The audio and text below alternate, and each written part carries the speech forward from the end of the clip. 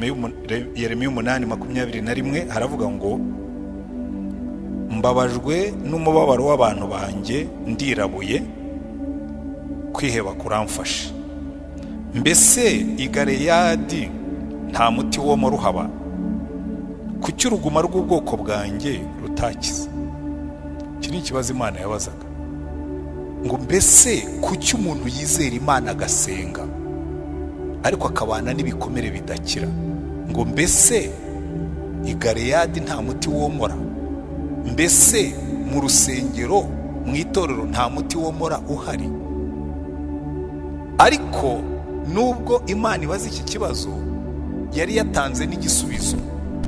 Murebe umurongo wa 11 haravuga ngo uruguma rw'abantu banjye, muri icyo gice cya 8 uruguma rw'abantu banjye barwomoye baruca hejuru, baravuga bati ni amahoro, ariko rero nta mahoro ariho. Mbese hari isoni bagize bamaze gukora ibizira? Oya, ntabwo bakozwe n'isoni, haba no guhonga mu maso. Nicyo gituma bazagwa mu bagwa, igihe nzabahagurukira nzabagira imirara, niko Uwiteka avuga. Bani navuga ngo ariko uruguma rw'ubwoko bwanjye barwomoye baruca hejuru, ngo bakabwira abantu ngo ni amahoro, kandi nta mahoro ahari. Reka mbereke ibintu uko bikora. Buriya kenshi mu nsengero nagiye ngira iki kibazo, abantu bakakubwira ngo iyo umuntu yuzuye umwuka ngo ibibazo byose biba byarangiye. Ngo buri impamvu ubona abantu ngo bagira gutya ngo bagahungabana ngo nukubera ko batakijijwe, ngo ni n'amadayimoni aba yabafashe. Kuko abantu benshi ntibigeze bumva yuko ibikomere n'amadayimoni ni ibintu bibiri bitandukanye. Kuba wakomeretse ukaba wanahungabana ukaba wanarira ntabwo bivuga yuko watewe n'amadayimoni nubwo ukizwa, nta nubwo bivuga ko udakizwa. Muranyumva neza? Kuko iki nicyo kibazo twagize gikomeye.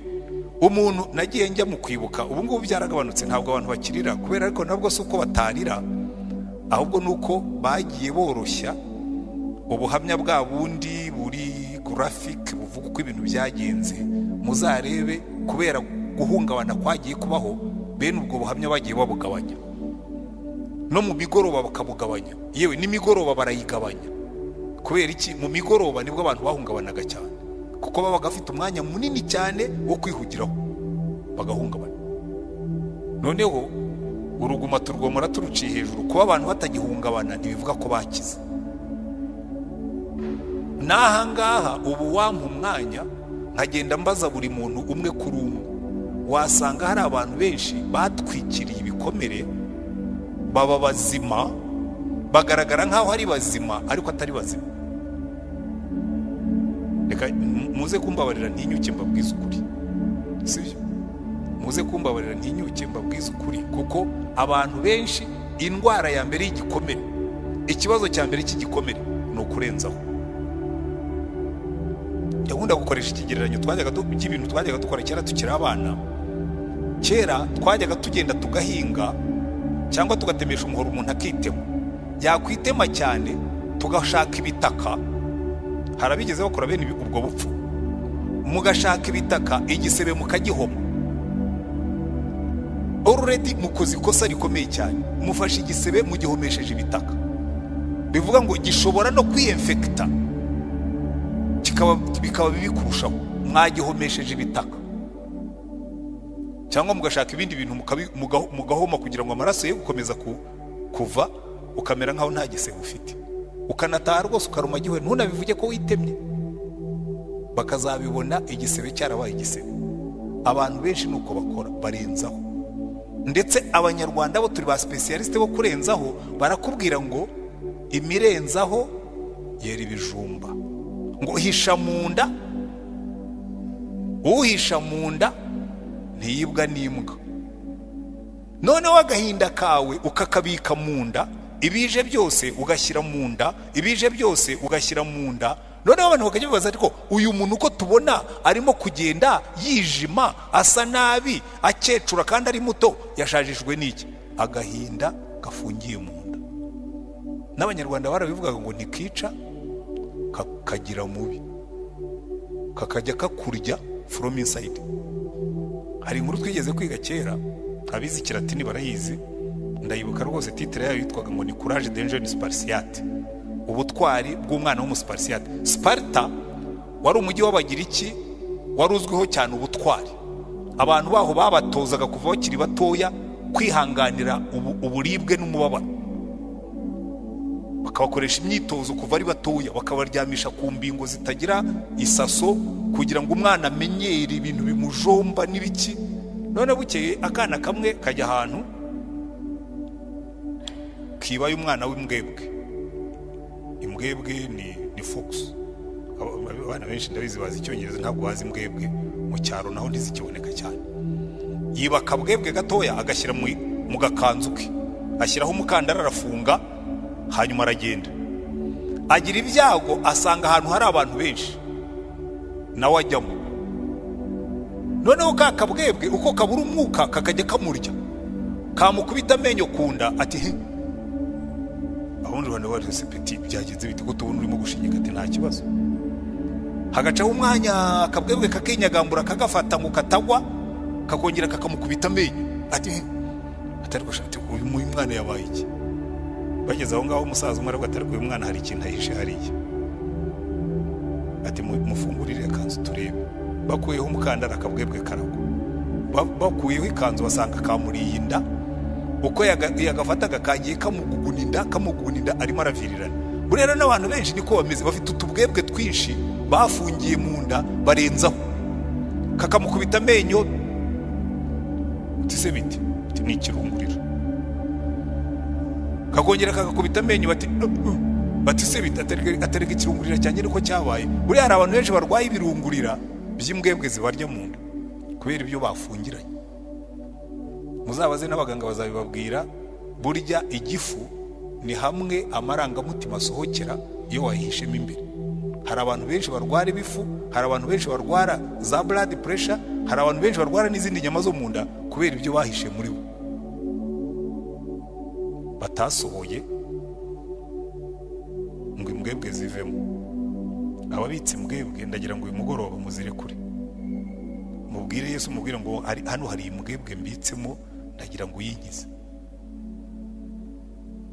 Hari abafite imbwebwe bashumurijwe n'ababyeyi babo, hari abafite imbwebwe bashumurijwe n'abagabo, hari abafite imbwebwe bashumurijwe na ba bosi batameze neza, hari n'abafite imbwebwe twashumurijwe n'amateka twaciyeho y'iki gihugu. Ugasanga neza kubera ko abantu bagombaga kubaho, agashinga iryinyo kurinda akavuga ati jewe nasigaye ari igihe mukuru, kandi ubwo n'umwana w'imyaka 15 nigihe wasigaye ndi mukuru, mfite barumuna banjye 3, tugomba gushinga iryinyo kurindi nkabarera, kandi ntawe uzamenya yuko twaraye ubusa. Agashinga iryinyo kurindi, imbwebwe zikamurira mu nda, ukajya umubona ukibaza uyu mwana, ariko agashinga iryinyo kurindi akabaho. Noneho akazakura, ndetse n'ababana bagakura bakagenda bakagira gute, noneho yasubiza amaso inyuma akajya yibaza ibyamubayeho, akajya yumva kunezerwa ntibikunda ubuzima bwe. Wanamubwira ko atariko mwebwe ntimukaneteho cyane cyane nk'abahungu, ndabibona kenshi mu ngo ziriho muri kino gihe. Ukarongora umukobwa wiviriye nko muri famiye, benshi n'iryo kosa, sinavuga ngo ni nikosa, kavuga ati ubwo rero nabayeho gutya, reka nshake umukobwa nawe bayeho nkanjye. Urumva aba bantu bombi baje bafite utubwebwe mu nda, we afite utwe tubwebwe, nawe ufite utwawe, muraje murahuye zibaye nye. None ukajya wibaza, mwaryama imbwebwe zikabarya, wamupfumbata imbwebwe zikanga, ukaza uyu muhungu nta affection agira. Reka mbabwire iki, affection yigeze ayibona hehe? Nibyo umubwira ngo bya affection ntayazi, azi gushinga iryinyo kurindi, ariko byo kumubwira ngo guseka, ngo gutanga affection, ngo kujya ku kivungo, kugira gute, ibyo ntibibamo.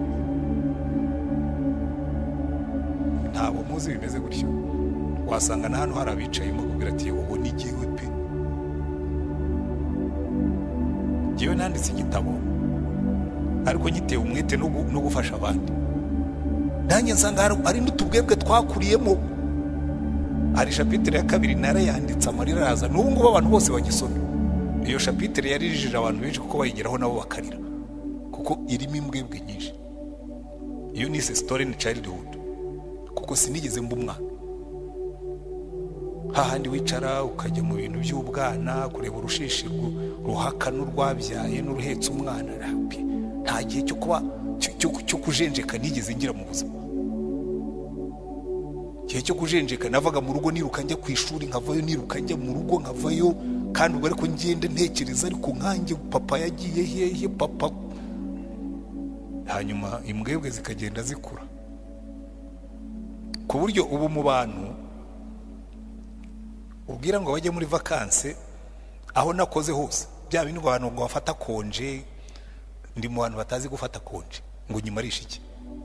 Kumva umuntu azarigenda akaryama ntacyo akora gusa ngo ari muri konje, ngo rekata ntibiba mu mibare yanjye. Ushobora kumpa amafaranga nkayashyira mu mufuka, inzara ikanyica nyafite, kubera ibyo bintu byo kuvuga ngo kwiyitaho, ngo kurya, ngo ntabwo biri mu bintu byihutirwa. Ntuzakorane nanjye, abantu bazetuka bagenda buhoro ntidukorana. Ikintu cyo kwihanganira abantu bagenda buhoro, icyo gihe nandika icyo gitabo naje kubibona yuko byavuye muri icyo kintu cyo gutekereza vuba cyo kuko mama yapfaka yari mutoya, afite imyaka 25, adufite turi 4. Ajya mu mirima arahinga, mukuru wanjye amukura mu ishuri amushinga inka, jewe ndiga ariko nkafasha muri iyo mirimo iyo mu rugo, gusekura, gukubura, gukukira inka, kuvoma n'ibindi byose. Mbese dushinga amenyo ku ijindi ryinyo kurindi, twibeshaho tubabagabo. Hanyuma arangije ukambwira ngo ugira amasantima, ngo kujya muri vacances, ngo ugarame ku mucanga. Happy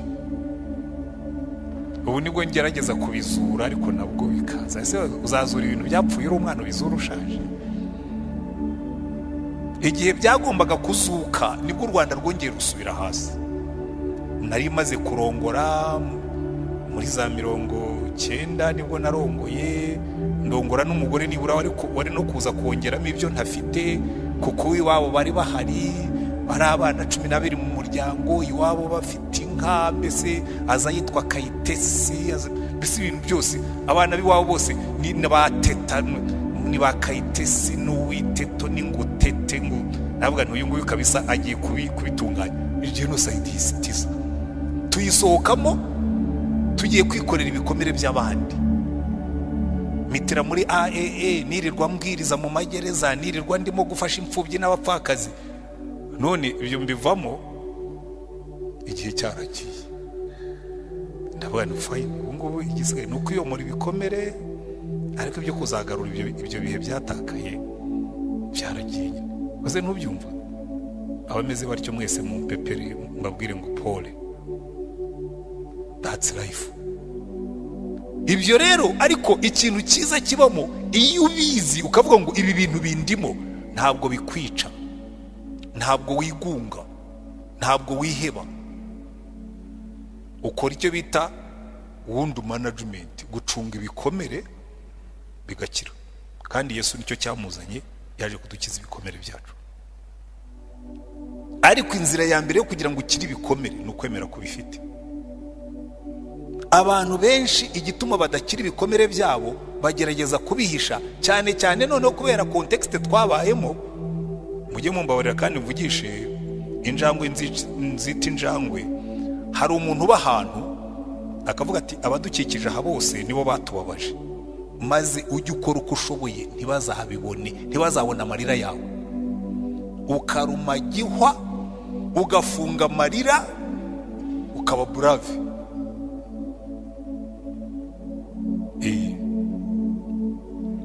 Hari abantu nzi akubwira ati nusohoka mu rugo niyo waba ufite agahinda, nunyura kuri bariya ujye useka kugira ngo batamenya yuko wababaye. Hari abantu bashoboraga kurara ubusa, kandi abaturanyi bashoboraga wenda no kubafasha, agafunga roho ngo batamenya yuko yaraye ubusa, bakamenya yuko yababaye. Kera twiga mu seminari, ndabwira abo bene abo nita babarushye hamba, twiga mu seminari, kuko nanjye iyo kategori nayo wayemureka. Twiga mu seminari twagiye gukina, twe twambaraga amakabutura ya kaki. Noneho ndagenda, twari dufite ibintu bya bare paraleli twakoraga, wajyaga ukibaransa nyine ukaza gukora kiribite. Njya kuri bare paraleli nzamuye amaguru, ikabutura icika hano, iratatamurika rwose bitambitse. Noneho ngira umugisha, isaha ya siporo yari irangiye, ikabutura ndayifata ndenzaho ishati ndayikurura, ngenda meze gutya mfashe inyuma, mbese nigira umusirimu cyane. Ariko umwe mu bapadiri watwigishaga aba yabibonye ko ikabutura yagiye atatamuritse rwose neza neza, yaratatamuritse bigera hirya. Ageze mu birara arampamagara, arambwira ati ikabutura yawe yacitse ni nariko buriya ndaza kuyidodesha. Ati zo ubundi waguha amafaranga ahubwo ukagura inshya, kuko iriya nuyidodesha n'ubundi bazateraho ikirimo kinini. Ndawe ni padiri ntibikugore rwose, buriya ni ntaha mu rugo mama azampa amafaranga. Kandi ubwo mama babyumvise yari umupfakazi, dufite turi abana babiri bajya kwiga sogonderi, nabyo nabaga mvuga ndashobora no kutazayabona, ariko ndumagiho. Arabwira ati ariko waretse nkaguha amafaranga ko giwe nyafite. Ndamubwira ni padiri rwose byikugora. Buriya hari abantu bigoye gufasha kugira ngo uzamuhe help. Ni bari independent, bagomba kwikorera, bagomba kwirwanaho, bagomba kwishugurikira. Ageze aho ngaho abona namunaniye, arambwira ngo urabizi igihe nti ngo genda, ngo ariko nuba mukuru ngo uzajye ureka abantu bagukundi. Ko burya waruzi ko hari abantu bigoye gufasha kubera ko abayanga kugaragara nk'ukeneye abandi. Kubera iki? Yize gushinga iryinyo kurindi, aba barushya ihamba, ibikomere byabirenzaho arabitwikira, n'ubukene bwe bigenderamo, ku buryo no kugira ngo uzamufashe bikugora. Barahari, ndabizi kuko nanjye nabo babayemo bene abo bantu. Noneho Yesu akazakwegera, cyakora ubu ngubu yangiriye neza Yesu. Ubu narabyize rwose. Umbwiye uti pastor ngiye kukugurira fanta, niyo nawe afite amafaranga mu mufuka, uzayigura nywe nezerewe rwose, nindagiza ngushimira kuri umuntu mwiza. Wikokore mwe fanta yawe nindagiza ngushimire. Kuko ubundi byarangoraga kumva umuntu agiye kumfasha, akakubwira ngo ngiye kugufasha. Byarangora. Abumva mujye mumera gutyo mumenye impamvu yabyo. Hari ibintu warafunze byageraho bigahinduka wowe, sibyo? Reka noneho tujye mu bintu bibiri kugira ngo ntaza kubakiririza hano. Ubundi inyigisho uwakora semina y'icyumweru cyose nibwo mwabyumva, kuko nkuko natangiye mbabwira, buriya Bibiliya itubwira neza yuko niyo umuntu yakoze icyaha akagifungira muri we, kimurya nk'iyo umuntu yahemukiwe, kuko icyaha nawe kiragukomeretsa. Reka mbasomera amagambo amwe Dawidi yanditse, Zaburi ya 32. Buri umuntu watugiriye neza akandika uko yumvaga ameze. Dawidi yanditse Zaburi ya 32 amaze gukora icyaha, asambana na Batisheba, arangije yicisha umugabo we Uriya, atwara umugore, ariko Imana iraza iramufata, iramubwira ngo ibi bintu wakoze ntabwo byanejeje Uwiteka. Atugirira neza, atubwira ukuntu yumvaga ameze cya gihe yari arimo guhisha ibyaha bye. Aravuga ngo Zaburi ya 32 umurongo wa mbere, hahirwa ababariwe ibicumuro bye, ibyaha bye bigatwikirwa. Hahirwa umuntu Uwiteka atabaraho gukiranirwa, umutima we ntube mu buriganya. Umva rero uko yumvaga ameze. Umurongo wa gatatu, ngicecetse cya gihe yari arimo guhisha icyaha cye, amagufwa yanjye ashajishwa no kuniha kwanjye umunsi ukira. Kuko ukuboko kwawe ku manywa na nijoro kwandemereraga, ibyuya byanjye bigahinduka nk'amapfa y'umuki. Urabona Dawidi aratubwira ngo nijoro na ku manywa yirirwaga ahinda umushitsi. Kubera iki? Aravuga ati none hagira umuntu ubimenya. Ibi byo twarabibonye byinshi. Hari igihe hari igikondo, iyo ni inkuru yavuye yabayeho.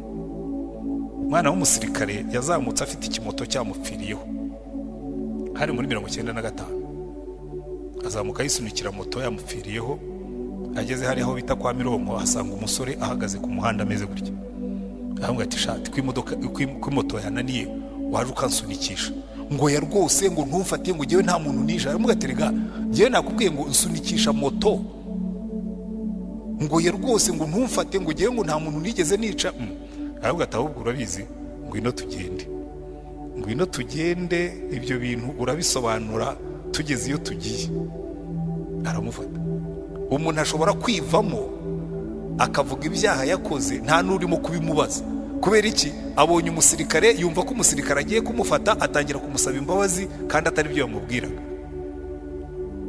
Dawidi akatubwira ngo ngicecetse ngo amagufwa yanjye ngo naburaga amahoro ku manywa na nijoro kandi iki ni ikintu kiba ku bantu bose iyo umuntu yakoze icyaha umutima we umubuza amahoro nigeze kujya kubwiriza muri gereza imwe harimo umugabo yari yarahungabanye akajya yicara akagira gutya ngo se ngo karaseka ngo uraseka iki ngo uko nakwishe ngo uraseka umuseka iki nza kubaza abandi bageze uriya mugabo urimo kunderanja bitebye bambwa turiya mwihorero ntumwiteho ati yarahungabanye nawe se yahungabanijwe n'iki ngo yari afite urugo bari baturanye habagamo akana k'agakobwa kamukundaga kwera umuturanyi kamukundaga noneho bukeye bagiye kwica nawe agenda mu gitero akana rero kamubonye kaza kiruka nk'uko ubundi kari gasanzwe kamwirukira kamusanga kaza gateza amaboko gaseka agakubita ubuhiri karapfa iyo sura yanga kumuvamo iramuhahamura nibyo rero Dawidi avuga hano ngo ngicecetse ngo nibukaga ibyo nakoze ngo nkabira ibyuya ngo ukuboko kwawe ku manywa na nijoro kwarandemereraga ibyuya byanjye bigahinduka nk'amapfa y'umugi wari wabira icyuya utirukanse ukicara gusa ukabona umuntu arimo arabira icyuya kubera ubwoba bw'ibyo yakoze Zaburi ya 38 abisubiramo uyu ni Dawidi uzandika izindi za Dawidi zose umurongo wa 2 aravuga ngo Uwiteka ntumpanisha umujinya wawe ntumpanisha uburakari bwawe bwotsa kuko imyambi yawe impamye kuboko kwawe kukanshikamira nta hazima mu mubiri kuko kubw'umujinya wawe nta mahoro amagufwa yanjye afite kubw'ibyaha byanjye ibyo nakiraniwe bindengeye bihwanye n'umutwaro uremereye unanira inguma zanjye ziranuka kandi ziraboze kubw'ubupfu bwanjye ndahetamye nunamye cyane ngenda nambaye ibyo kwirabura umunsi ukira kuko ikiyunguyungu cyanjye cyuzuye umuriro kandi ntahazima mu mubiri wanjye ndahondobereye ndavunaguritse nanihishijwe no guhagarika umutima hanyuma wenda mukomeze hepfo muraza kubona amagambo yose ku murongo wa 19 hanyuma aravuga ngo igisubizo nzatura gukiranirwa kwanjye nzagira agahinda k'ibyaha byanjye iyo ufashe Zaburi ya 51 aho Dawidi nanone yaturaga ibyaha bye ubu aduha neza isura y'umunyabyaha wahishe ibyaha bye kandi nimureba muri Bibiliya muzabona nk'urugero rwa Yuda kubera agahinda kenshi k'icyaha yari yakoze agambanira shebuja yaragiye yishyira mu mugozi ariyahura nagiye mbona abantu benshi murabizi mu 2003 hariho iteka rya perezida wa repubulika icyo gihe perezida Kagame yaramaze kuba perezida wa repubulika yabaye perezida mu 2000 asimbuye Pastor Bizimungu muri 2003 habaye amatora ariko mbere y'amatora habaye iteka rya perezida rifungura abantu bose bemeye ibyaha niho naboneye ukuri kw'ibingi abantu bamwe bagiye twabacishije mu nkambi zo kubanza kubategurira gusubira mu baturage ariko bamwe turangije ingando bajyagamo banga gutaha ndibuka umuhungu umwe twaganiriye mu ngando imwe icyo gihe nari muri komisiyo y'ubumwe n'ubwiyunge arambwira ariko nyakubahwa komiseri ubu nataha iwacu ati ababyeyi banjye bo baranyihakanye barambwiye ngo isoni nabakojeje sinzabagarukemo umugore wanjye yabivuze kumugaragara aravuga ngo niyo nagaruka ntabwo azabana nanjye none ndataha ngeheye nimundeke nisubirire muri gereza bikubwira ngo uyu nguyu ibyaha bye bimubujije n'amahirwe yarabonye, kuko arumva adafite ubutwari bwo kuba yasubira aho yahemutse. Igisubizo cya bene ibi rero Dawidi yagitanze neza, aravuga ngo nzaturira Uwiteka gukiranirwa kwanjye, nzagira agahinda k'ibyaha byanjye. Nicyo cyavuyemo Zaburi ya 51. Dawidi yaragiye afata amasengesho abwira Imana ati, Imana umbabarire, ndi umunyabyaha, umbabarire ibyaha byanjye, unankize n'inyama y'umuntu, kuko yarishe Uriya. Aravuga ati umbabarire unkize inyama y'umuntu, kuko mu byaha niho mama yansamiye. Buriya abantu benshi bajya bihemukira bagakora ibyaha, ariko akumva agomba kurenzaho ntabyihane. Ubundi inzira yo kubona amahoro ku muntu wakoze ibyaha ni ukwatura ibyaha ukabyihana. Hari umwana umwe wigeze kuza kundeba, arambwira ati, ariko pastor, ndagira ngo unyigishe, jewe nta byaha nakoze ariko data yarabikoze, none njya mu bandi nkumva mfite ipfuno kuko bazi ibyo data yakoze. Ndamubwira ntuzi inzira yo kubikira, ati ujye ujya mu bandi nibibuka nawe ujyeyo, nibatangira kuvuga ibyo so yakoze usaba umwanya ubabwire, tumva rero bagenzi banjye baturanye, ibyo data yakoze murabizi, nanjye muranzi ndi umwana we, ariko biriya byaha bye si ibyanjye, ariko ibyo yakoze turabisabira imbabazi. Ariko ngewe mbizeze kimwe, ntabwo iriya mitekerereze siyo mbamo. Ariko nashatse abantu bashobora kugira ubwo butwari, ni bake cyane. Kubera iki munabura ngo ya ngo ubwo ari we wakoze ibyaha ngo nibindeba, ariko abantu ipfunwe by'ibyose yakoze. Kandi ntabwo ari ibingibi bya jenoside yakorewe abatutsi gusa, no mu bindi byaha. Buriya niyo mpamvu umubyeyi, yaba umugore yaba umugabo, ukora ibyaha abahemukiye abana be. Umwana umwe yarambwiye, papa we ni wa muntu nyine w'umusambanyi wabigize umwuga. Noneho arambwira ati, kimwe mu bintu bimbabaza nuko nsa na papa. Ati iyo abantu banamuvuze byonyine bakavuga ngo murabona ukuntu uyu mwana asa na se, ati numva bimbabaje kuko amahano yakoze nanjye numva nkoze isoni. Urumva niba uri umupapa nkanjye, ukaba ufite abana hano, ufite abana hari, ufite abana hariya, warabaye iciro ry'umugani muri karitsiye, burya abana bawe barababara, kuko ibyaha by'ababyeyi bikomeretsa abana. N'iki gihugu ndetse mbabwiza ukuri, dufite ikibazo gikomeye cyane cy'ibyaha by'ababyeyi bizakomeretsa abana, ndetse byareba nabi n'abuzukuru bagakomerekeramo. Ukajya wumva ufite isoni zo kwitwa umwana wo kwa kanaka kuko uzi neza ko hari icyasha kimuriho.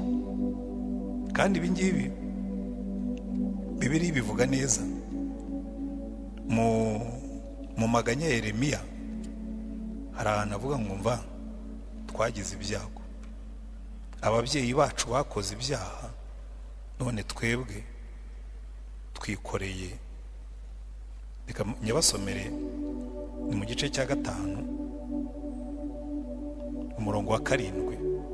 Amaganya, ba data bakoze ibyaha kandi none ntibakiriho, natwe twikoreye ibicumuro byabo. Ba data bakoze ibyaha none ntibakiriho, ariko twebwe twikoreye ibicumuro byabo. Ngira ngo iki ni ikintu dukwiye gusengera, ni ikintu dukwiriye no kwiga gucunga neza, kuko Imana iravuga ngo umwana ntazahorwe ibyaha by'ababyeyi, n'umubyeyi ntazahorwe ibyaha by'abana. Buri muntu agomba kwibarizwa ibyaha bye. Ahandi muri Ezekiel baravuga ngo ababyeyi bariye imbuto zirura, ngo amenyo y'abana abari yababara. Iki rero ni ikintu gikomeye cyane, kuko ibyo ni ibyaha by'amateka, ariko bigenda bigakurikirana abantu. Hanyuma Imana ikatubwira ngo rero buriya igisubizo cyabyo cya bene ibyo byaha ni ukubyihana, ukabyemera, ukemera ko mu muryango w'iwanyu byahabaye, ariko ugafata icyemezo kutazabigenderamo, ukavuga ngo ya ni mureke ibi ngibi. Kugeza uno munsi ntabwo ndabona iyikura y'abanyarwanda bavuga ngo ibi byaha bene wacu barabikoze. Naho bagerageza kubikora usanga hari abandi bahaguruka bavuga ngo wowe ujya kwishyiraho ibyaha by'abandi birakureba, birandeba kuko isoni zabyo zinzaho. Burya inzira yo gukira ibyaha by'amateka no kubanza ukemera ko byabayeho, ukajya no mu batura ko byabayeho ariko utabirimo. Noneho igikurikiyeho ugafata umurongo wo kudakora ibisa nabyo. Jewe kimwe mu bintu bimbabaza mu banyarwanda, nigeze kujya gutanga konferanse ahantu mu mujyi mu Bubiligi. Noneho igihe cyo kubaza ibibazo kigeze, umuntu umwe arahaguruka aravuga ngo ibyo twakoze ngo twarabyemeraga, ngo n'ubu bibaye ngombwa ngo twakongera tukabikora. Noneho uburokore burancika, kamere yanjye ya kera iragaruka. Ndavuga numva kubwirisha ibyo biragaragaza ko rwose wowe uri mubi, uzapfa uri mubi niba utavuye muri uwo mwuka. Ariko nkwizeza ikintu kimwe, nuza mu Rwanda unazamuye icyo gitekerezo tuzagufunga utaragishyiramo abandi bantu. Ni kandi niyo wakibashyiramo bakaba benshi, icyo gihe tuzemera turwane nawe mumeze kimwe. Ni nanjye nubwo ndimo kubabwira ijambo ry'Imana, nanjye nzajya mu bazakurwanya. Ariko ndangije ndihana nyine, ariko uruvuga kamere nyine hari umuntu agukora mu bwonko ugacikwa nyine ukagaruka muri kamere. Ariko zikumva umuntu yemera ko ikibi cyabaye ariko akavuga ngo twabikoze tubyemera, ngo n'ubu bibaye ngombwa twakongera tukabikora. Ubundi ushaka kuva mu isoni z'icyaha, wemera ko cyabayeho, hanyuma ugafata n'icyemezo cy'uko wowe utazagikora. Ngewe njya ntangazwa n'abantu baguma muri bino murongo, abo baba ari bo bose. Ndaje n'ibindi nabigeraho. Icya kabiri cy'ibikomere, noneho ni ibikomere by'umuntu wakorewe icyaha. Bibiliya itubwira ijambo rikomeye cyane mu Baheburayo. Reka bariho nsoma mu Baheburayo mu gice cya 12. Abaheburayo igice cya 12 umurongo wa 14 n'uwa 15 ni amagambo akomeye cyane. Abaheburayo 12:14-15 haravuga ngo mugire umwete wo kubana n'abantu bose amahoro n'uwo kwezwa, kuko utejejwe atazareba umwami Imana. Mwirinde hatagira umuntu ugwa akava mu buntu bw'Imana, kandi hatagira umuzi wo gusharira umera ukabahagarika imitima, benshi bagahumana. Ndagarukiriza aho ngaho. Imana iratubwira ngo mwirinde hatagira umuzi wo gusharira umera. Umuzi wo gusharira uzanwa n'iki? N'agahinda. Agahinda ushyize mu mutima kajyamo kagahuguta nk'igishyimbo bateye mu butaka, kakamera umuzi wo gusharira. None bakatubwira ngo iyo umuzi wo gusharira wameze ukora ibintu bibiri. Icya mbere ugahagarika umutima, icya kabiri benshi barahumana kubera wowe. Reka turebe ikintu cyitwa guhagarika umutima. Buriya njya mbibona n'ubu ngubu mu Rwanda, iyo tugeze mu gihe cyo kwibuka mu kwezi kwa 4 n'amezi make yakurikiyeho, bagashyiraho biriya biganiro, bagashyiraho amafilime, bagashyiraho cyane amafilime, ariko baragabanije basiga ari ibiganiro cyane kuruta amafilime. Abantu benshi basubira inyuma. Umuntu agavuga ati numva afite ubwoba muri iyi minsi. Mfite ubwoba bw'ikise ku mutekano wari. Atoya ati numva ntameze neza. Ati mfite ubwoba. Bibiliya ikatubwira ngo umuzi wo gusharira uhagarika umutima. Sibyo? Ugasanga wabuze n'ibyiringiro. Rimwe na rimwe mu buzima ukajya wumva wariyakiriye yuko nta n'ikiza kizakuzaho. Uretse ko mu Rwanda ngira ngo twashyizemo imbaraga tugarurira abantu ibyiringiro, ariko harimo bamwe bitigeze bigaruka. Abaratoya iki gihugu rwose nta kiza nzakiboneramo, nabuze ababyeyi, mbura abavandimwe, mbura ibintu, nta byiringiro, ntegereje kuzapfa. Ibyo bintu nicyo bita umuzi wo gusharira uguhagarika umutima, ukakubuza ibyiringiro byose. nshobora kubaha ingero zo muri Bibiliya ariko reka mbahe wenda nk'ebyiri gusa. Muribuka umuntu witwa Mefibosheti muri Samweli wa kabiri ibice 9. Yari umwana wa Yonatani, sekuru Sawuli yari umwami, se Yonatani yari umwe mu basirikare bakomeye, akaba inshuti ya Dawidi. Noneho Yonatani na Sawuli baza kugwa ku rugamba, ariko kubera ko Sawuli yari yamaze igihe kirekire ahiga Dawidi, Mefibosheti baramutwara mujyana ahantu hitwa Irodebari, kure mwakujyana Nshiri. Bamwe ntibazi naho Nshiri iherereye mu Rwanda. Kakujyana iyo ngiyo za Nshiri bakaguhishayo, cyangwa bakakujyana hirya za Nyamasheke za Gihombo hafi y'Ikivu bakaguhishayo. Noneho ukeye Dawidi arabaza ati ariko nta muntu wo kwa Sawuli waba yararokotse ngo mugirire neza kubw'inshuti yanjye Yonatani? Baramubwira ati Yonatani, ati umuhungu we Mefibosheti yararokotse, ari Irodebari kwa Makiri mwene Amiyeli. Aravuga ati mugende mujye kumunzanira. Mefibosheti baragenda baramuzanira, aravuga ati ibyanjye birarangiye, bamenye ko nkiriho, ubaraje nyine bandangiza. Bamugejeje imbere ya Dawidi. Dawidi aramubwira ati Mefibosheti, uraho, ndanezerewe kukubona kandi ashaka kukugirira neza. Guhera uyu munsi, kubera ubucuti nari mfitanye na so Yonatani, uzajya urira ku meza yanjye. Mefibosheti ngo acumbagiraga ibirenge, ati jewe umeze nk'intumbi y'imbwa. Urumva ubwoba buvanze n'ibikomere bwageze ahantu yiyambura ibyiringiro byo kubaho. Umwami amubwira tuzajya wicara nanjye dusangira, ati nkanjye umeze nk'intumbi y'imbwa unshaka wiki? Kandi yibagiwe yuko sekuru yari umwami na se yari igikomangoma.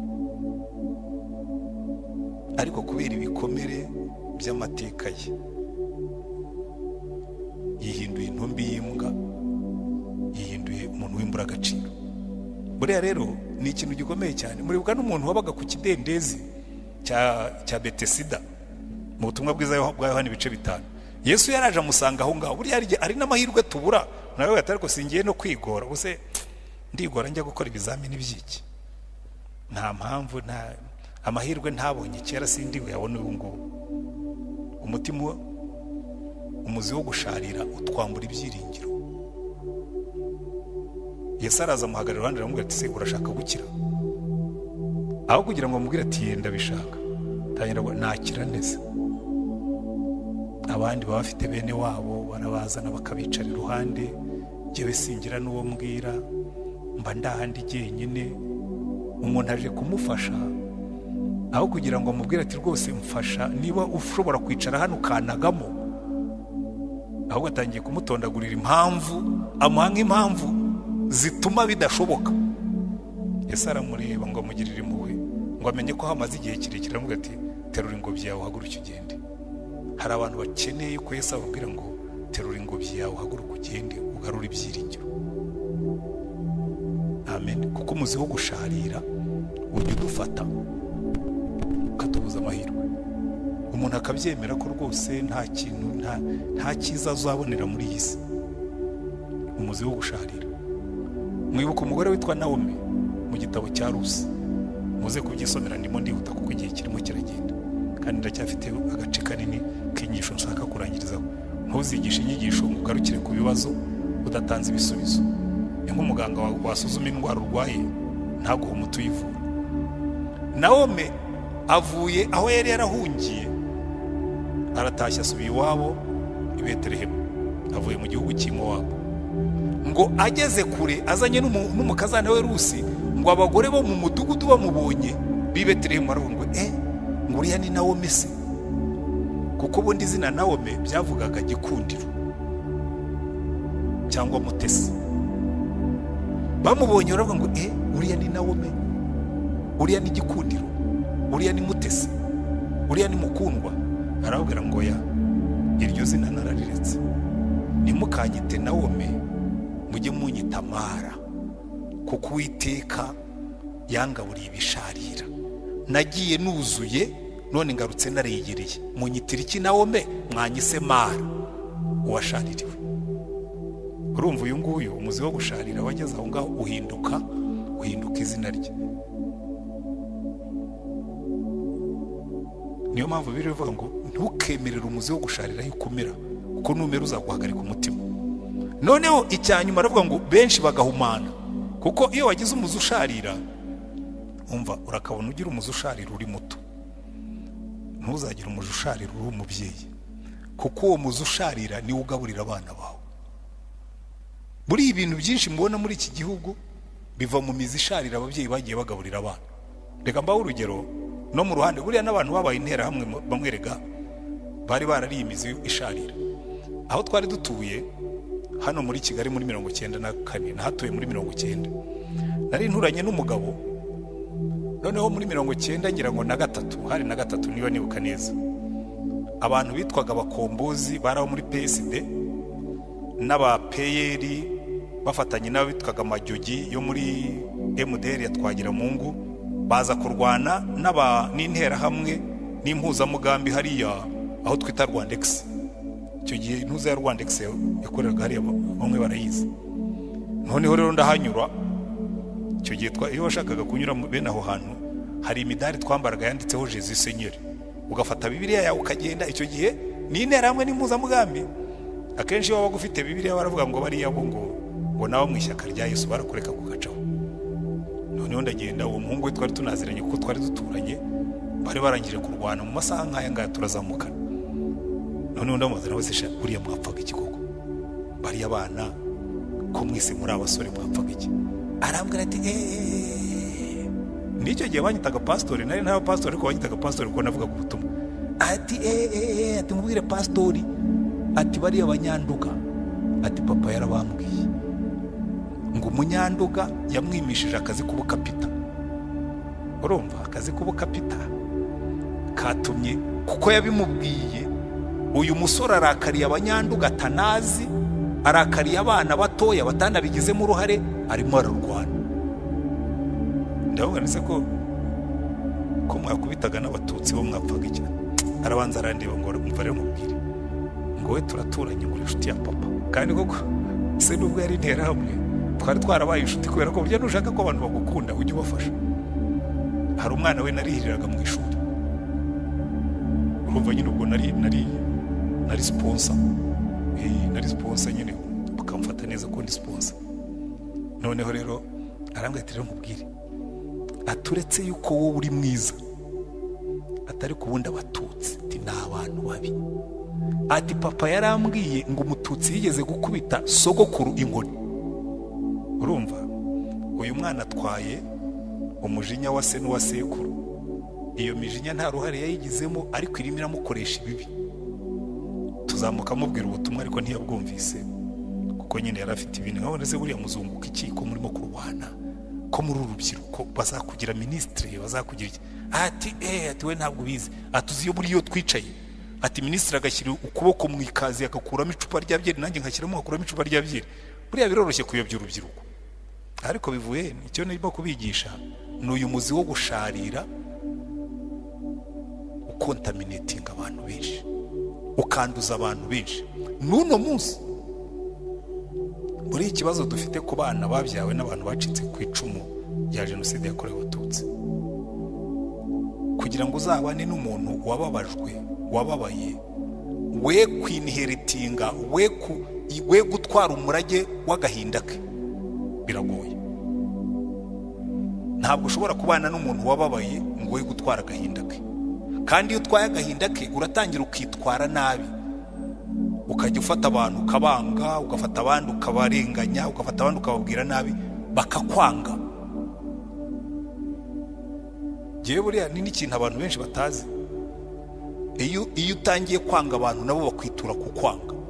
So umubyeyi ugaburira abana be urwango aba arimo kubatega umutego w'ejo hazaza, kuko iyo wanze abantu bakakwanga ikizavamo ni urwango nyine. Mu bintu muzakora ntuzigere ugaburira abana bawe imibabaro yawe. Jewe n'abana banjye njya mbabwira nkabwira nti jewe ibyanjye mubimparire, sibyo? Ibyanjye mubimparire, nakuze ndi imfubyi ariko mwe mwakuze mufite so, ntimuzamfasha agahinda kanjye, ntimuzakantwaze. don't carry my luggage. Kandi nakubwira abajene muri hano mwese mwateruye bagage ziwanyu zirimo agahinda n'imijinya n'inzangano, muzifashe hasi muzi cleaning mutwara izindi. Kandi mbwire n'ababyeyi barimo, abari hafi n'abari kure, ntuzigere uraga abana bawe urwango. Ntuzigere na rimwe uraga abana bawe urwango, ntuzanarubigishe ngo bariya rero. Ibyo bintu abantu barabikora bakumva ntacyo bitwaye, ariko muba murimo kubibara andi mayini ku butaka bw'abana b'ejo. Buri rwango bibye mu mutima w'umuntu ni mine ubutabye mu butaka bw'ejo hazaza. Ibyo muzabyandike, muzabifate kandi muzabyirinde. Buri iby'Imana ivuga bifite impamvu, ngo iyo bibye umuyaga usarura serwakira, iyo bibye amahane usarura intambara. Hari imbuto dukwiye kurandura dushyizeho umwete. Icya mbere kuko turi abakristo tutagomba kuzitunga. Icya kabiri kubera yuko zigira ingaruka. Reka mbaho ingaruka imwe, mbaho ingero ebyiri zishingiye kuri Bibiliya. Muri Bibiliya hari umugabo witwa Hamani. Hamani muramuzi mu gitabo cya Esiteri. Mu gitabo cya Esiteri, Hamani umwami yari yaramuzamuye amushyira hejuru, ariko hakaba umugabo witwa Moridekayi akajyanga kumupfukamira. Noneho baza kumubwira ko Moridekayi ari umuheburayo. Arabyumva. Murebe muri Esiteri ibice bitatu kuko aho ndashaka ko tunahasoma.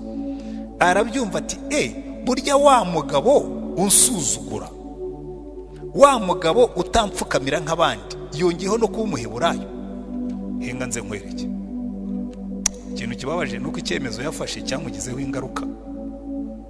Esiteri 3 umurongo wa 5 n'uwa 6 haravuga ngo Hamani abonye ko Moridekayi atamupfukamiye ngo amuramye, ararakara cyane. Umurongo wa 6 abona yuko gufata Moridekayi wenyine ari ntacyo bimaze, kuko bari bamubwiye ubwoko bwa Moridekayi.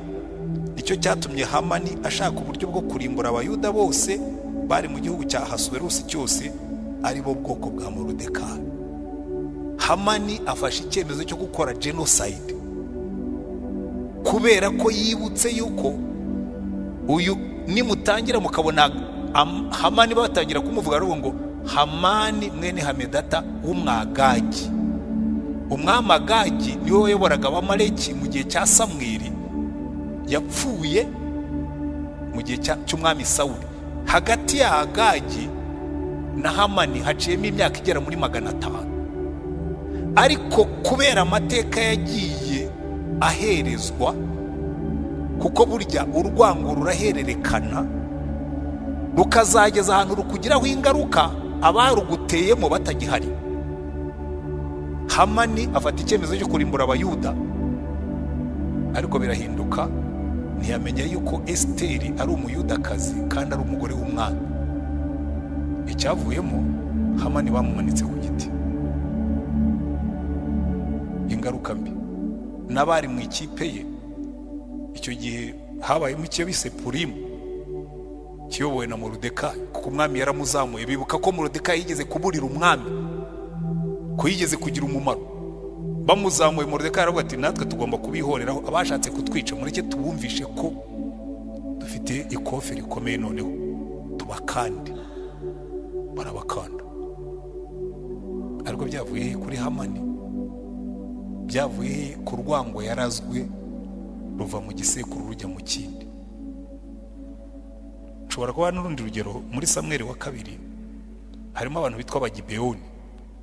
Muribuka mu gihe cya Yosuwa, Abagibeyoni baraje babeshya Yosuwa bati twebwe tubakure ntaho duhuriye nabo. Ariko mu gihe cya Sawuli, uyu nguyu umaze kuvuga, aravuga ati Abagibeyoni nubwo basezeranye isezerano na Yosuwa, jyewe ndabarimbura. Agerageza kubarimbura. Noneho ku ngoma ya Dawidi ariyo yakurikiyeho hatera amapfa. Imana iramubwira ngo iki ni igihano cy'uko Sawuli wakubanjirije yagerageje kurimbura Abagibeyoni kandi barasezeranye isezerano namwe mu izina ryanjye. Dawidi arabaza ati se twakora iki kugira ngo aya mapfa aveho? Aragenda asanga Abagibeyoni, aravuga ati mbakorera iki kugira ngo mukize ubwoko bw'Imana amapfa. Umva gutekereza kubi gutewe n'urwango. Iyaba ari jyewe akaza akambwira ati mbakorera ikintu ariko kumubwira twe turabagibehoni ariko turabacakara. Duha uburenganzira tube libre. Tugira umudendezo ungana n'uw'abandi baturage muri iki gihugu. Ati se uburenganzira twabubona? Ati murashaka ubuhe? Ati uduha abahungu 7 ba Sawuli tubamanike ku karubanda, tuzakomeza tuba abacakara ariko twihorere tubamanike ku karubanda. Hari nawe tekereza, barakomeza baba bacakara ariko bamanika abahungu 7 bo mu muryango wa Sawuli ku karubanda. Babuza amahirwe, bayabujijwe n'iki? N'urwango rw'igisekuruza. Ibi rero ngira ngo ngane ku musozo, ari uwakoze ibyaha ari n'uwabikorewe iteka ryose basigarana ikintu ku mutima kandi gituma batagira amahoro. Noneho niyo mpamvu buriya umwami Yesu ubwo yajyaga ku musaraba, Bibiliya tubwira muri Yesaya 53 ngo yari yishyizeho ibyaha byacu no gukiranirwa kwacu. Bivuga ngo wa wundi wakoze ibyaha afite ahantu ashobora kubisuka. Hanyuma ariko ku rundi ruhande bakatubwira ngo yari yanishyizeho n'intimba zacu n'imibabaro yacu, ukabona ushobora kubisuka nawe. Buri iyo wegereye Yesu, njya nkunda gukoresha umwitozo abo bantu. Buri muntu wese ufite ibintu byamunaniye kubirekura, uzagende ufata umwanya. Nabonye agaciro ko kwandika.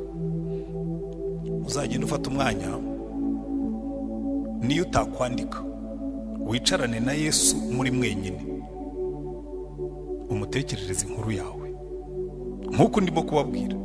Umutekerereze inkuru yawe mu tumva rero Yesu, ngiye kukubwira ibyanjye, nkwereke ibintu byagiye bimbabaza kandi ungirire neza, womora umutima wanjye.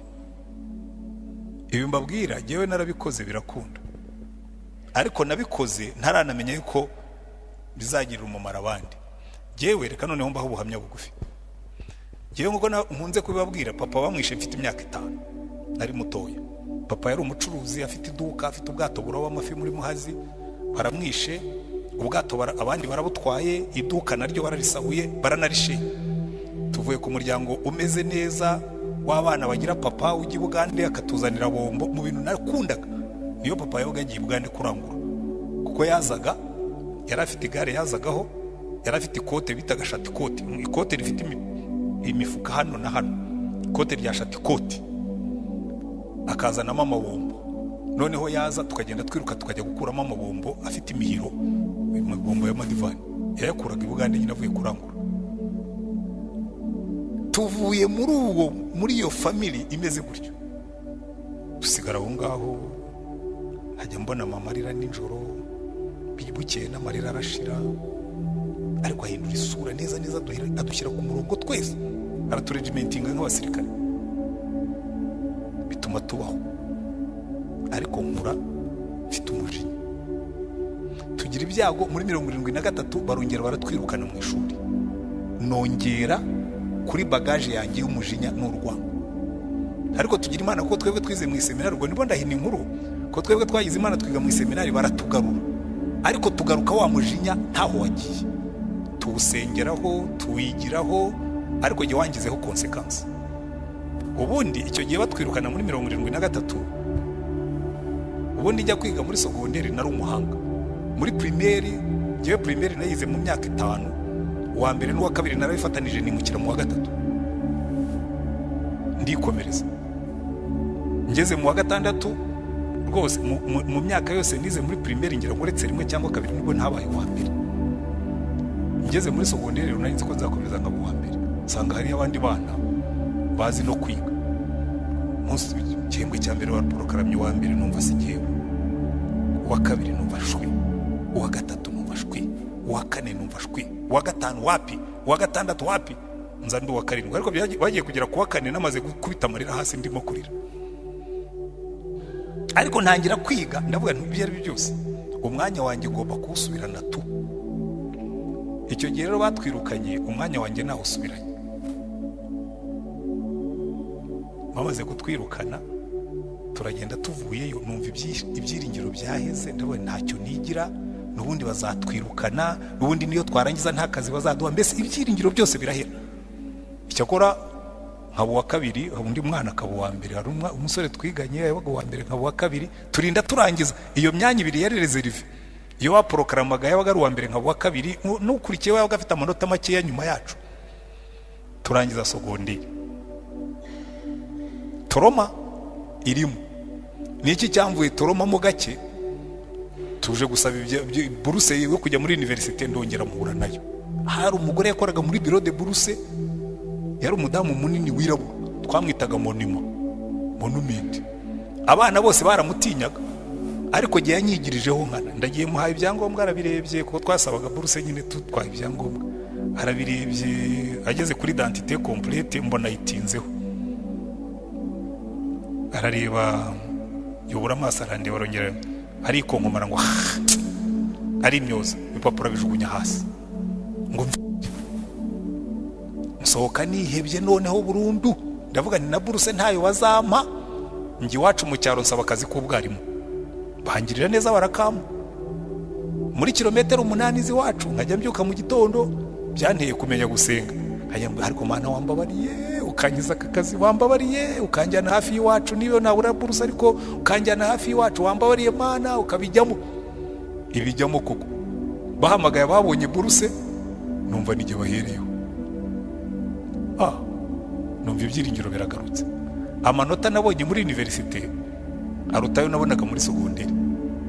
Ko muri universite narangije ifite amanota 85, baramfata mbu mwarimu. Burya wumva amateka aragukurikirana. Mbumbaye umwarimu, umwaka umurangiye mba nabonye buruse yo kujya kwiga muri Amerika, ngiye gukora PhD. Numvaga ku myaka 29 ari je muntu muto uza ufite PhD. Umwaka urangiye mbone bari witurutse muri ministeri ngo kubera impamvu za leta ngo nukiri muri universite ngo twakohereje kwigisha muri sogonderi. Yewe we, ndagenda ndamanutse ngiye kwikubita hasi, nisanga ndi Rulindo muri tronko. Ariko uwo mwaka ntangiye kwiheba, Yesu aramfata ndakizwa. Ariko burya gukizwa ntabwo bikuraho ibikomere. Narakijijwe, mba n'umuvuga butumwa, abantu bakankunda bakantumira, ariko ndi umuvuga butumwa urakaye mu mutima. Nkarenzaho nkabwiriza, ariko nabandi hamwe n'abantu twumvikana tubyumva kimwe, nkababwiza ukuri kose. Reka njye mbaturira jewe, nta mpamvu yo kubihisha. Nge nangaga Abahutu nkanabivuga, ariko kubera ko aribo bategekaga ntabwo natinyukaga kubishyira ku karubanda. Ariko nabandi hamwe n'abantu tubyumva kimwe, turi kure y'amatwi yandaraye, nawe bari abantu nzababwiriza bajye mu ijuru, ariko mu mutima wanjye nta nzira bafite ijyamo. Can you imagine? Yesu aranyihorera pe, aranyihorera, ndabwiriza bimaze kuryoha, maze kuryoherwa n'agakiza, aramfata arambaga. Ndibuka umunsi umwe muri buka amagambo twize kuwa gatanu, ari amagambo Yesu yavuze akijya ku musaraba ngo data ubabarire ko batazi ibyo bakora. Buriya ari inzira y'umusaraba. Nakundaga gusoma amateka, ibintu byo ku musaraba, ijambo ritimbira riva muri Bibiliya rimfata mu ijosi. Mba Yesu tubyumve kimwe, nzagukurikira, ariko aho urimo kunjyana aho ndumva ntari bugeyo. Urashaka kumbwira ko nzabarira abantu bishe data bakica, bakadusenyera, bakadukenesha, bakatwirukana mu ishuri, bakanyirukana mu kazi, bakancupiza, bakanzana muri tronkome? Ibyo ngibyo ubigumane, sinshobora. Nzababwiriza bagusange, ariko iwanjye mu mutima no way in. N'ubuhamya bwanjye ndimo kubihera, ntabwo ari ubwundi. Hari abantu bavuga ngo ariko ngo buriya ngo nuko biba inzangano. Nta nzangano ndimo kubiba, ndimo ndabigisha kugira ngo nawe bameze nkanjye mukire. Hanyuma ariko haciye iminsi ndabona ibyo byose, sinigeze mpitamo kuba umututsi, nahisemo kuba umukristo. Sinzabaho nkurikije ibyo ntahisemo, nzabaho nkurikije umwami nakurikiye. I will forgive. Ndagenda mfata umunsi wakonje ku ishuri, nicara mu cyumba cyanjye, ndabanza ndihana, mbwira Imana, umbabarire ko nanze abantu, kuko nari mfitemo n'abantu b'inshuti. Umbabarire ibigambo nagiye mpondagura bitari byo. harimo abo bamfashije, harimo abangiriye neza, hari igihe muhondagura ibigambo mukibagirwa ko ibyo muvuga atari n'ukuri. Nanjye ndavuga ariko rero twumvikanye, reka mukorere lisite y'abantu noneho nanga bifite impamvu. Mpera muri 63 nkora lisite y'abaturage b'iwacu Intete, nkora lisite y'uwari burugumesitiri wacu, nkora lisite, ndakora lisite Suwasani, njya muri 73 nkora lisite, njya muri 83 nkora lisite, mbese buri myaka 10 ifite lisite yaho. Ndavuga nti Imana naba nabo, Imana iramubwira ngo ye nabo nabo, kuko ubwo Yesu yari ku musaraba yababariye akimanitse ku musaraba, ibiganza birimo imisumari, umutwe urimo ikamba ry'amahwa, abantu bahagaze munsi barimo kumuseka. Arabareba arabitegereza aravuga ngo Data ubabarire ko batazi icyo bakora, nawe bariyo nzira unyuramo kandi bizakugirira umumaro. Umva, niba hari umunsi narize amarira, naraturitse ndarira mbabarira abo bantu, Data ubabarire uyu nguyu, nkamarira kanga, najya kuvuga ngo ubabarire nkumva haravuga ngo baragapfa baragashira n'abana babajyane nabo, ariko ngwana n'umutima, ngeze aho ngaho ndawunesha. Ndabikora kabisa, Yesu arambaga, aranyoza, aratunganya, narangije gukora lise yari ndende rero nk'abantu bagera muri za 30. Narangije kubasengera neza, imbaraga zanshizemo, ndaryama ndasinzira. Narakangutse numva n'uwazana umuyaga ugahuha naguruka. Umunsi ukurikiyeho ikintu cyambwiye ko Imana hari icyo yakoze muri jyewe. Narazamutse ngiye ku ishuri ngiye kwigisha, umubikira watuyoboraga ambonye nurutse hirya arambwira ngo jye, ngo niki cyakubayeho? Ni kubera iki? Ngo waturutse hepfo hariya, ngo mbona urasa neza mu isura ntigeze nkubonamo. Ndavuga ni Maseri, koko nibyo, hari ikintu Yesu yarayakoze muri jyewe. Hari umushyo yarayashyizemo, arambaga nk'ubaga ifi, arangije ibyo mu nda byose abikuramo, ashyiramo umutima mushya. Reka twicare mbigutekerereza. Mpera kuri iyo nkuru nk'uko nayibabwiye, ndabimutekerereza byose, mbona umubikira araturitse arariza. Ngo najyaga nkubona ntazuriwe, ni n'uwo ndiwe, ariko nkubwira ikintu kimwe, ubu ndundi muntu kandi nikomeze. Guhera uwo munsi sinigeze nsubira inyuma, kuko hari n'indwara narwaraga zahise zikira. Ubu bwo mu ndeba narwaraga igifu, iyo hazaga ikintu giteye stress nandika memoire yanjye, nubwo nabonye amanota menshi, narwaye igifu. Umudamu watuvuraga ariheba, anshyira ku mata biranga, angurira nido biranga, anshyira ku binini biranga, kandi naribwaga n'ikindi imbeba zari ziri muri jyewe, imbwebwe tu. Navuga ndimo ndagoka, amanota nzayabona, ariko iki gihugu nta mugisha nzakiboneramo, bikandya. Ariko ubu ngubu niyo wateka urusenda ukampa ubugari, narurya nk'isosi, nta gifu nyirwara. Byajyanye n'iyo ntuza, umunsi nihari nkababarira, ibifu byaragiye. Ko burya hari imbwebwe ziturya tukajya turwara twibwira ko ari ubundi burwayi, ariko harimo impamvu. Ndagira ngo ngarukirize aha ngaha, mbwire buri muntu wese uri hano, reka Yesu arebe mu mutima wawe,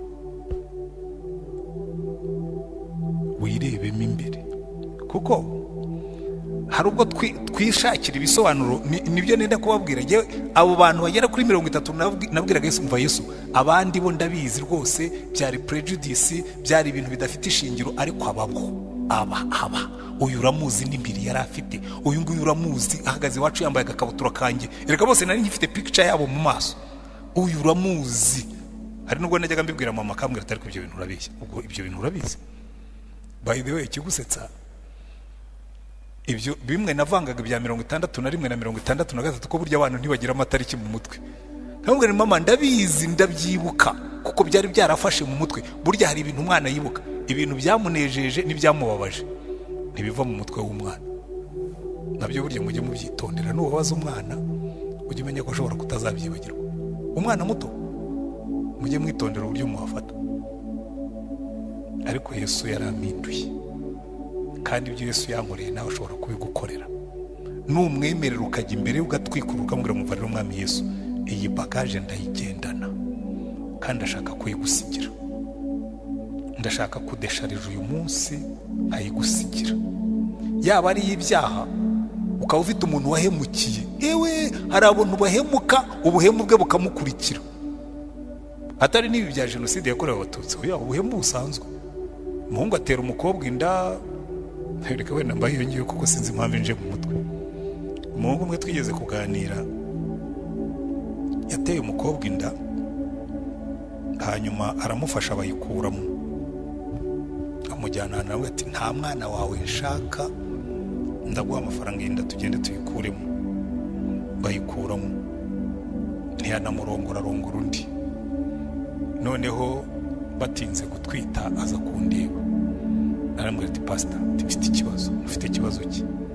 Ati ndumva Imana irimo kumpana kubera icyaha nigeze gukora. Amezi 5 aciyeho nta rwose ntarirarenga, nta cyaha. Imana yacu ntibika inzika, ntihekenya amenyo, ntikambye agahanga. Cyakora ugize neza kwatura icyo cyaha cyihanye, n'uwo mukobwa uzagenda wenda umusaba imbabazi niba ari we wamushyizeho igitugu. Kuko umukobwa yarugamwe ati urabona ngo umemukire, nurangiza umbuze kwibyarira akana. Iryo jwi rikamugumamo. Burya hari abantu benshi bafite ibintu byinshi bahitse. Rero ngene aturira Imana uyisaba imbabazi, igutura uwo mutwaro, hanyuma wizere cyakora barabyaye. Nshima Imana kuko ntabwo Imana yacibika inzika. Nawe ushobora kuba wicayemo hano wifitiye ibindi bikuremereye ku mutima, cyangwa ushobora kuba wicayemo hano wararindurwe y'amateka mabi twanyuzemo. Uyu munsi ni umunsi wo kurekurira Imana. Harimo n'abicayemo hano rega wifitiye indurwe y'umugabo waguhemukiye, harimo n'abicayemo hano rega wifitiye indurwe y'umubyeyi waguhemukiye, harimo n'abicayemo hano rega wifitiye indurwe y'abavandimwe baguhemukiye. Buri muntu wese agira ibikomeretsa umutima we. Hari amateka bwite, hari n'amateka y'igihugu, hari n'amateka dusangira twese. Sanga Yesu umubwire.